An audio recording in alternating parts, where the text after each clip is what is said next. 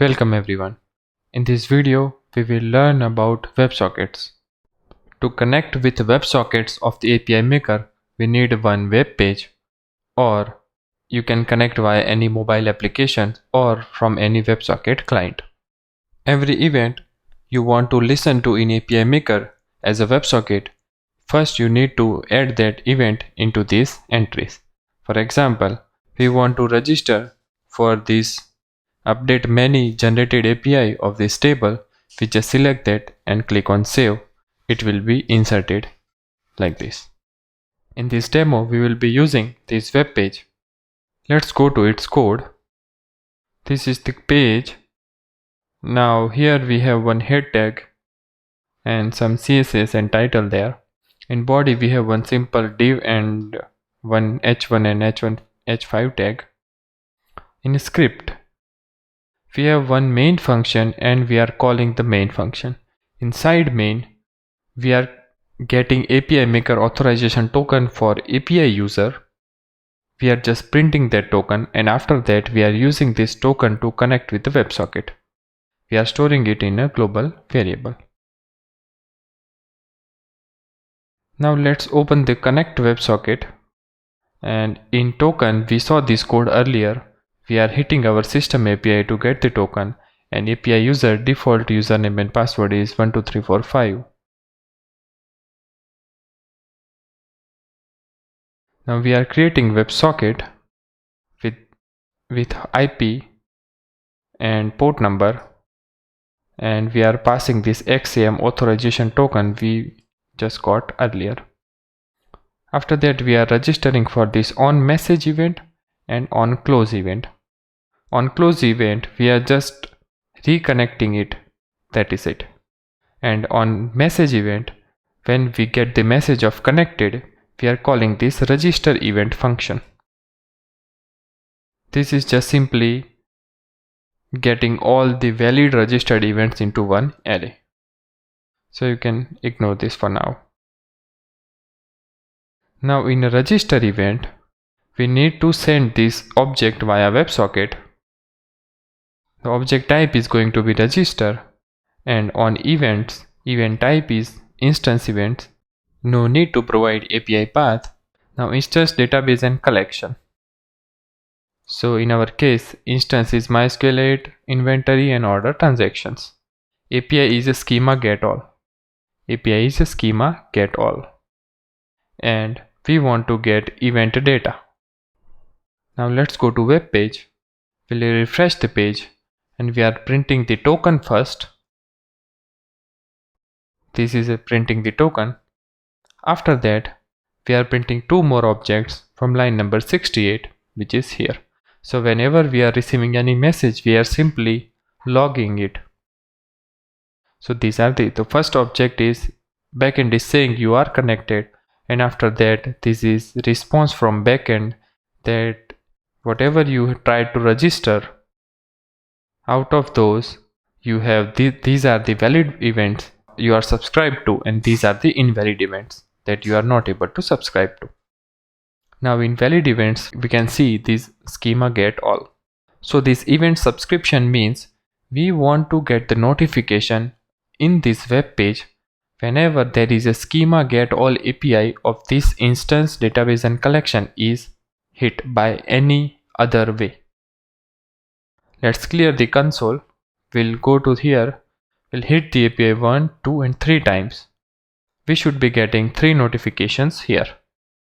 Now, when we expand the object, you can see the event ID and event data.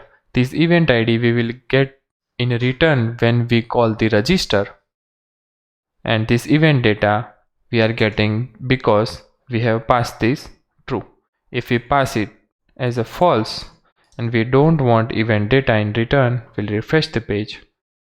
1, 1, 2 and 3. And we will not get event data in return, we'll just event ID saying that this notification is for this event, and this event ID you can see here. This is event ID B5FD B5FD. This is the basics of WebSocket notification. Now let's open the documentation. docs.apimaker.dev. Click on APIs. Go to at last and open this API info. Open this WebSocket events. Here you will see some examples. And here you can see how many event types you can register to. That is listed over here. Event type. So as you can see in documentation, we can register with instances, third-party APIs, custom APIs, any system API, or any WebSocket custom WebSocket event also. Now this is the list of all API names. So here it is used over here, API name. All other things, as you know, the API path and instance database collection name, and if you want to receive data or not. These are the generated API list. This is system API names, and custom API has their own names that you can give. Right now we are getting notification whenever this get all API is being hit. We want to filter it down a bit. So we can add the condition here. Let's say condition. Here we can say condition type is going to be response and criteria is going to be ID 2. So that means whenever in a response we have ID 2, only when we want to get this notification. We'll simply save it. We'll open the web page, refresh the web page. After that, when we come here, we'll send it. We got the ID 2 in response to 3. So we should be getting 3 notifications here. Let's clear the console. Let's add the filter criteria here. In query parameters, we can say ID greater than 3. So we'll get the response, but we will not get any notification here because it is not matching our criteria. There is one limitation with this criteria. You cannot go inside one level. You cannot pass any objects there and saying when ID is greater than 2 like this. It has to be equals operator. Let's see one more example. We want to register when new order transaction is saved in database. For that, we need to change API name to post bulk insert that you can get from documentation. We want to get the event data, yes, means true. And right now we don't want any condition, so let's comment out this part. We'll save it. We'll open the page and we'll refresh the page.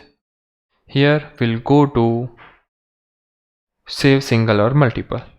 We'll go to body and we'll paste this payload. When we send it, we should be getting notification here.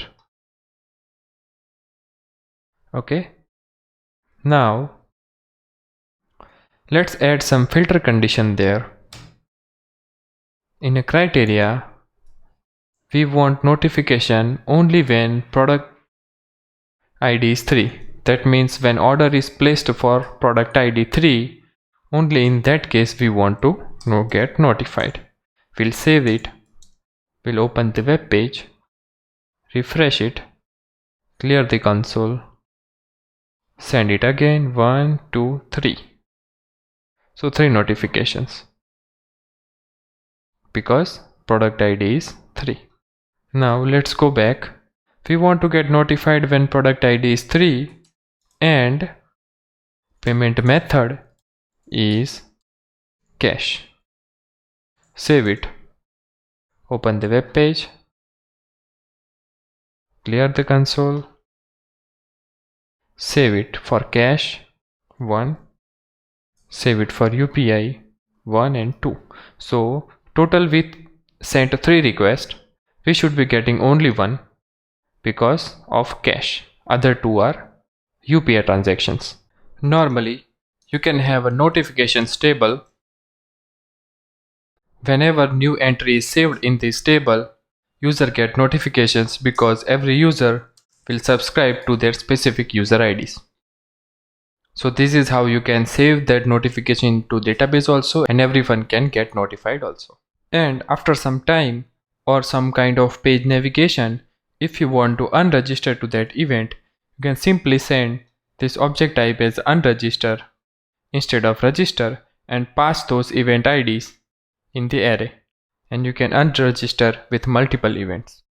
One server can handle WebSocket connections depends on number of the ports it can open. So let's say one server of this API Maker is able to open few thousands of user connections. So if we have more connections, we can create more servers of API Maker. Technically, there is no limit how many servers of API Maker you can create and how many WebSocket connections you can handle. You can handle n number of connections. For example, user is performing save operation on this API Maker node, and that criteria matches which is connected with this node, then this user will also get this notification, because all the servers of API Maker are interconnected automatically whenever you add them in any environment in cloud.